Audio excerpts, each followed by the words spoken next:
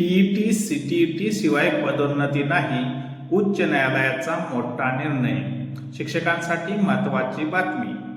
नमस्कार मित्रांनो, आजच्या या व्हिडिओमध्ये आपण औरंगाबाद खंडपीठाने दिलेल्या अतिशय महत्त्वाच्या निर्णयाबद्दल माहिती घेणार आहोत. हा निर्णय विशेषतः जिल्हा परिषद शिक्षक, मुख्याध्यापक, पदोन्नतीची वाट पाहणारे शिक्षक, केंद्र प्रमुख आणि विस्ताराधिकारी पदासाठी इच्छुक शिक्षकांसाठी अत्यंत महत्त्वाचा आहे. मुंबई उच्च न्यायालयाच्या औरंगाबाद खंडपीठाने स्पष्ट शब्दात सांगितले आहे की टीईटी किंवा सीटीईटी पात्रता नसल्यास पदोन्नतीचा अधिकार मिळणार नाही. या प्रकरणात जालना जिल्ह्यातील 25 शिक्षकांनी न्यायालयात याचिका दाखल केली होती.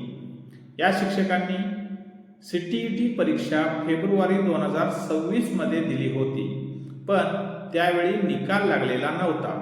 दरम्यान जिल्हा परिषदेकडून मुख्याध्यापक, केंद्र प्रमुख, पदवीधर शिक्षक आणि विस्ताराधिकारी पदासाठी पदोन्नती प्रक्रिया सुरू करण्यात आली.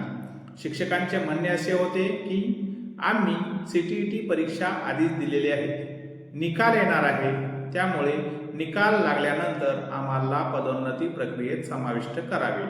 यासाठी त्यांनी न्यायालयात धाव घेतली. सुरुवातीला न्यायालयाने तात्पुरता दिलासा देत पदोन्नती यादी अंतिम करू नका असे सांगितले होते.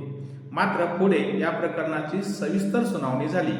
न्यायालयाने आरटी ॲक्ट 2009, एनसीटी नियम आणि सर्वोच्च न्यायालयाचा अंजुमन इशात ई तालीम हा ऐतिहासिक निर्णय यांचा आधार घेतला. न्यायालयाने स्पष्ट सांगितले की टीईटी सीटीईटी ही फक्त औपचारिकता नाही, ती शिक्षकांसाठी अनिवार्य पात्रता आहे आणि पदोन्नतीसाठी देखील ही पात्रता आवश्यक आहे.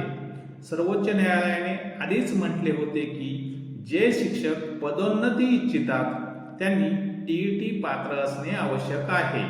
औरंगाबाद खंडपीठाने याच मुद्द्यावर भर देत सांगितले की पदोन्नती प्रक्रिया सुरू होताना शिक्षकांकडे टीईटी सीटीईटी पात्रता असणे आवश्यक आहे.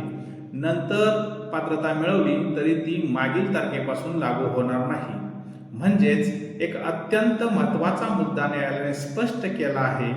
जर एखाद्या शिक्षकाने टीईटी किंवा सीटीईटी परीक्षा दिली असेल पण निकाल अद्याप लागलेला नसेल आणि त्या दरम्यान पदोन्नतीची प्रक्रिया सुरू झाली तर त्या शिक्षकाला त्या प्रक्रियेत समाविष्ट करता येणार नाही, कारण पात्रता त्या दिवशी असणे आवश्यक आहे ज्या दिवशी पदोन्नतीची प्रक्रिया सुरू झाली. या प्रकरणात पदोन्नती प्रक्रिया 18 फेब्रुवारी 2026 रोजी सुरू झाली होती, परंतु याचिकाकर्ते शिक्षक त्या दिवशी टीईटी सीटीईटी पात्र नव्हते.